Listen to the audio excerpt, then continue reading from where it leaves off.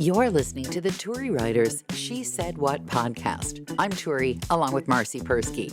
In this installment, there are a whole lot of animals you can walk on leashes. But for more and also less obvious reasons, it doesn't happen very often. Also, how do you know when your lizard is under the weather? Welcome to the land of puffer jackets and shorts. Yeah. It's actually 61. Ah! But there's still snow everywhere. The mountain life. The mountain life. How's your guy with the road grader? Is he going through the snow and then lifting up his plow when he goes past your front acreage, or what? They actually came back and redid the whole road. Oh, really? So he's doing your section too? Yeah.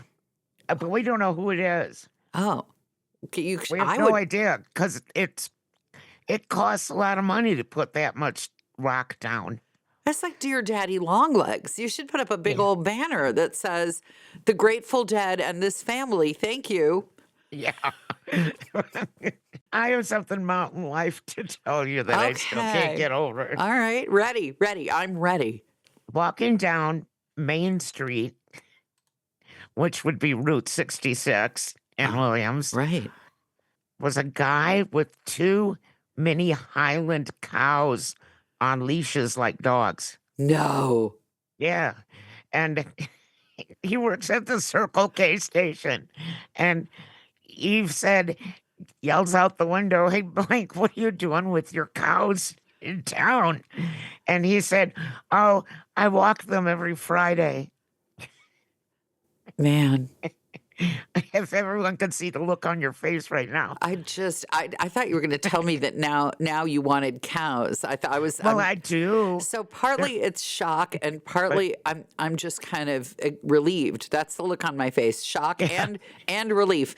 I didn't know there was such a thing as a mini Highland cow. So that now we have mini goats, mini pigs, mini horses, mini everything. Is a mini mouse. Highland cow. Yeah, they were about the size of my dog, Jerry Dingus Garcia. No, you're not getting a cow. Well, I have Jerry. There you go. Who needs a cow? I don't need that something dog? else that's going to eat as much as he does.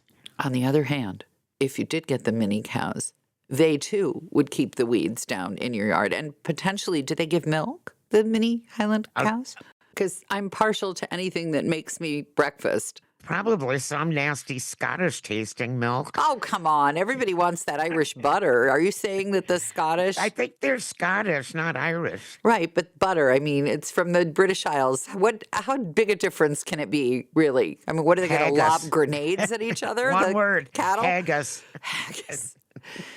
I just can't imagine hostility in the butter department between. But you know, this is a very petty world we live in now. Very petty. It is.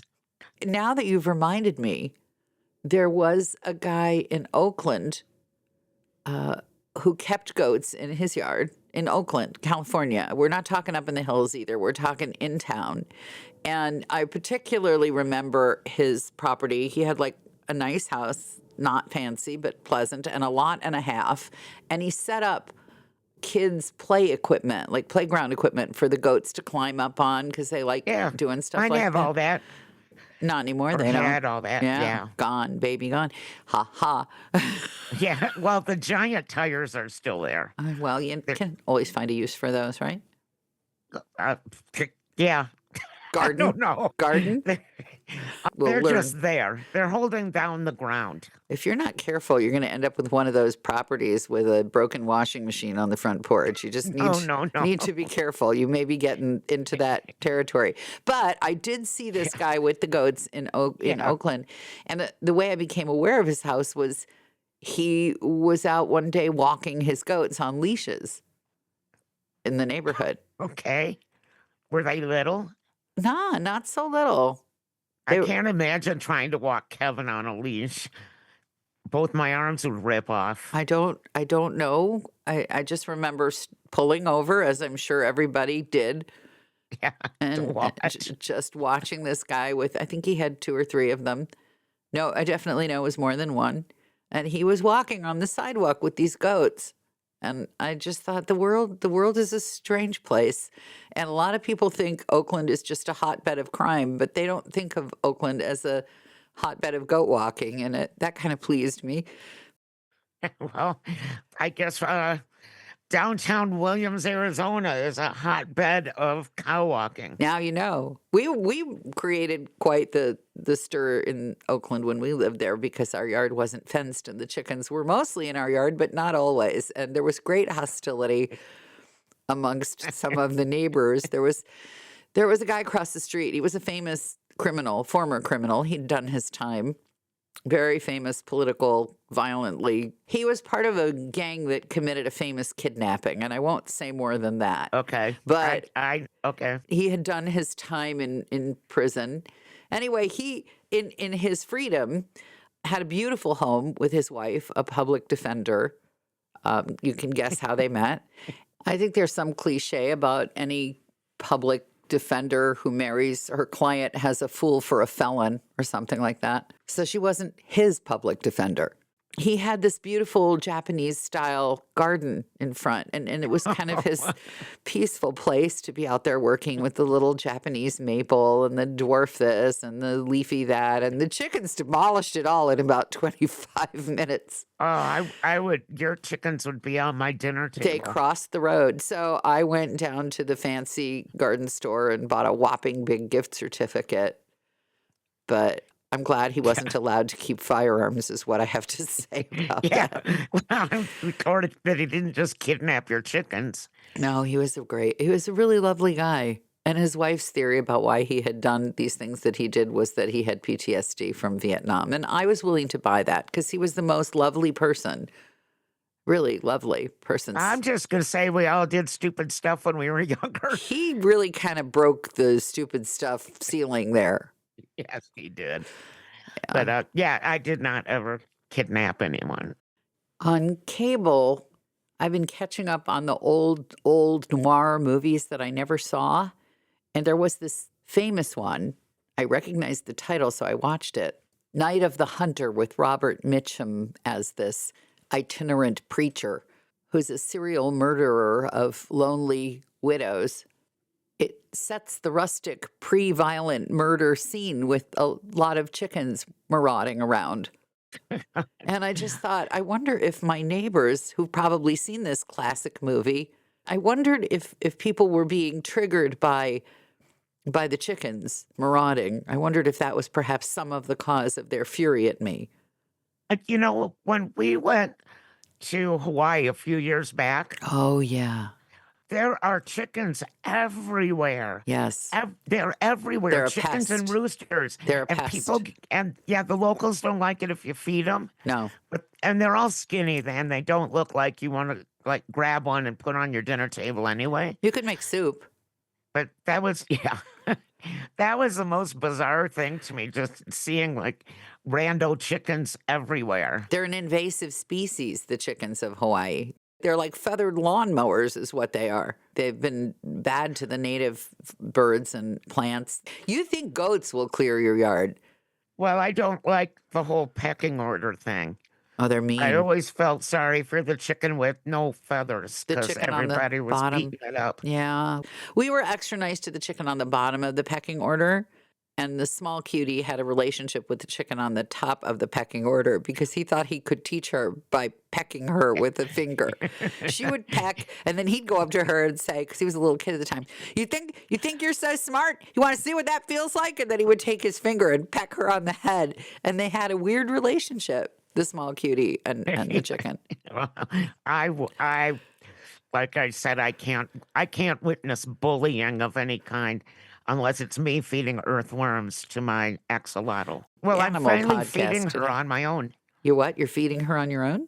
Yeah, What take does that my mean? worm out of my worm farm with tweezers. You're able to cut And- up the worm, or she can eat a No. whole worm? She's eating whole ones now. Ah, No, I never did get to actually cut them up. I just bought smaller worms.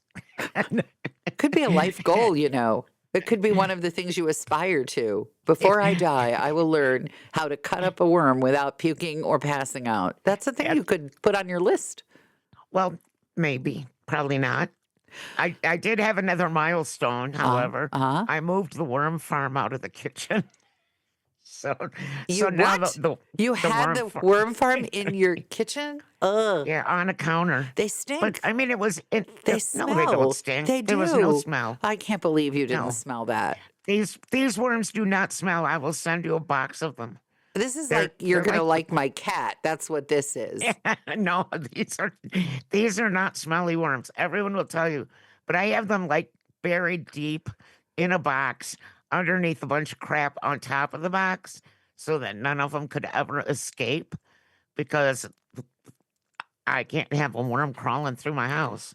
So I know, I I know. don't think the worms would want to crawl through your house. If I were a There's got worm. to be a song about old Marci had a worm farm.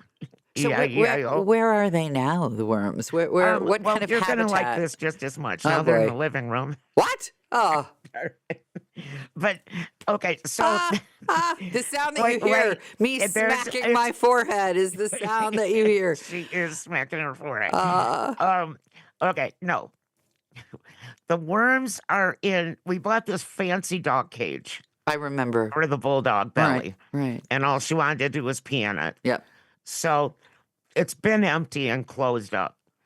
And the axolotl tank is on top of that Right, because it fit perfectly. right. So I got this scathingly brilliant idea to put all my axolotl supplies In the in the dog crate underneath spatula so that all I have to do is bend down and grab something when I need it. So that's where the worm farm is.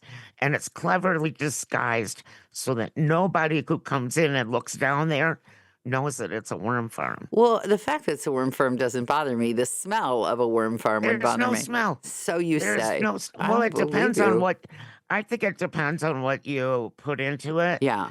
Like I use carrots. Only And, carrots? uh-huh. That's all they eat is carrots? Well, they have carrots and they have these giant leaves. And I put them in coffee grounds and moss Hmm. because we don't really have dirt up here. No. So, I mean, I had to order my worms online Right. because all No we have up dirt. here are rattlesnakes and stuff. I don't suppose the axolotl would be interested in a rattlesnake. No, I wouldn't be. You won't find me washing one out with tweezers in my kitchen sink. Not even a baby one? They're very little Yeah, they're very little. when they're babies. No, I don't like anything that crawls. Well, except human crawlers, but Oh my you know what God. I mean. I can't believe a worm farm in the living room underneath the axolotl. Where are the fish now? Oh, they're gone. They're gone. Actually, And the frogs? the frog, Yeah, the frog. You're down Trevor to Noah. you're only down to one Didn't frog? I didn't tell you this. No? Trevor Noah moved over to Eve's house. Oh, Trevor Noah is our 6-year-old teeny tiny African frog. yeah. And so Eve went to the pet store and got him a friend and named it Noah Trevor. Ay. So she has Trevor Noah and Noah Trevor over at her house with the leopard gecko. I saw a picture of the leopard gecko the other day. He's cute, isn't he? She was asking for prayers for the leopard gecko for some I know. reason. Oh, dude, we took the leopard gecko to the vet. The whole I'm time giving we're up driving smacking there, my. I'm and giving up. like, I am giving up smacking myself in the forehead. What now? You did what? She thought her leopard gecko looked skinny, so we took him to the Williams vet, and they did all these little gecko tests on it, and it was so hilarious. I was dying. But there's nothing wrong with the gecko. And how much did this cost your daughter? I'm just curious. It was $114 Well, for that'll be a half-hour gecko visit. And she even like put his little poops in a bag. He took his poops. And You would think that as a new mother, your daughter would have more to do than worrying about. Hey, Because I can we all tell laugh. you It was- that when my wait. kids were little, any of the pets could have had Technicolor explosive excretions, and it probably wouldn't have caught my attention for a while. These are little brown poops. Is this what we've come to? Talking about leopard gecko poop. Is this what we've come to? You know what you all probably get this, but one or two of our listeners will. The gecko's name is Liz Khalifa. I actually get that name, and now we have definitely taken it as far as it's going to go. Thanks for listening to the Turi Ryder's She Said What podcast. And if you've made it this far, we're guessing you liked it. So please recommend it to your friends and check out my book, She Said What? A Life on the Air. You can get it at your neighborhood independent bookstore or that website that sells everything.